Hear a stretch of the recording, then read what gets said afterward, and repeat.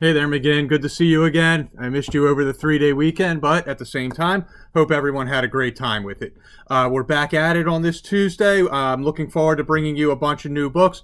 The cool thing is, I literally, within the last 10 minutes or so, picked up 2 boxes of books in the front of the library. Have not cracked them open yet, but that is our latest order. About 120 new books between grades K to 4. It's going to be awesome. I can't wait to get them on the shelves and get them into your hands for reading. In the meantime, we're going to do a book today that is a fractured fairy tale. If you've heard me before, you know how much I like when they take a fairy tale and they mix it up, put their own little twist on it. This comes from a series called Animal Fairy Tales. It is called Pandarella, and it's not too hard to figure out what this is based on, obviously, Cinderella. So here we go with Pandarella. I hope you enjoy it.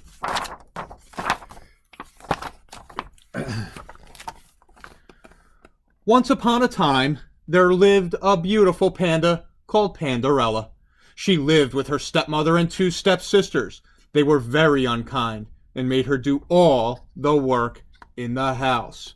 What I love is that pandas are from China, and if you look at the characters, you see that they're in Chinese clothing, okay? Which so it speaks to the culture that the book is where pandas are from.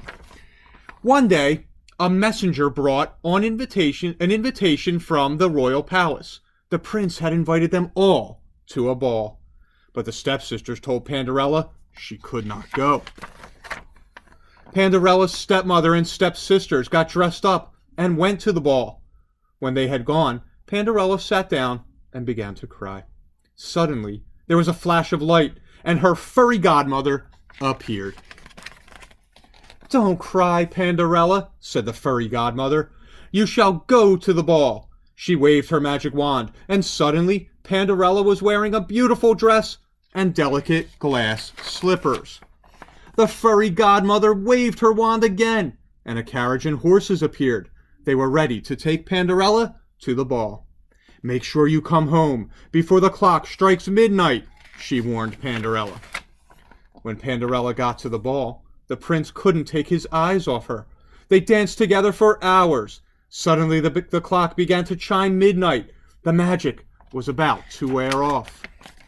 Pandarella ran away as fast as she could, but as she ran, one of her glass slippers fell to the ground. The prince picked up the slipper. He didn't know who Pandarella was, but he knew the slipper would fit her. He decided to search the land until he found her. Before long, the prince's search took him to Pandarella's house. Her stepsisters tried to cram their paws into the slipper, but they were the wrong shape. Then the prince spotted Pandarella and asked her to try the slipper on. It fit perfectly. The prince and Pandarella went to the palace, where they were married. Pandarella never had to work for her stepsisters again, and she lived happily ever after. Where does this story come from? You've probably already heard the story that Pandarella is based on Cinderella. There are many different versions of this story. When people tell a story, they often make little changes to make it their own. How would you change this story? So boys and girls, I hope you enjoyed that. Obviously, it was pretty true to the original Cinderella, with the exception of the characters changing into pandas. But just a fun little thing, and I love how the book at the end encourages you to change your story, put your little mark or your own twist on it.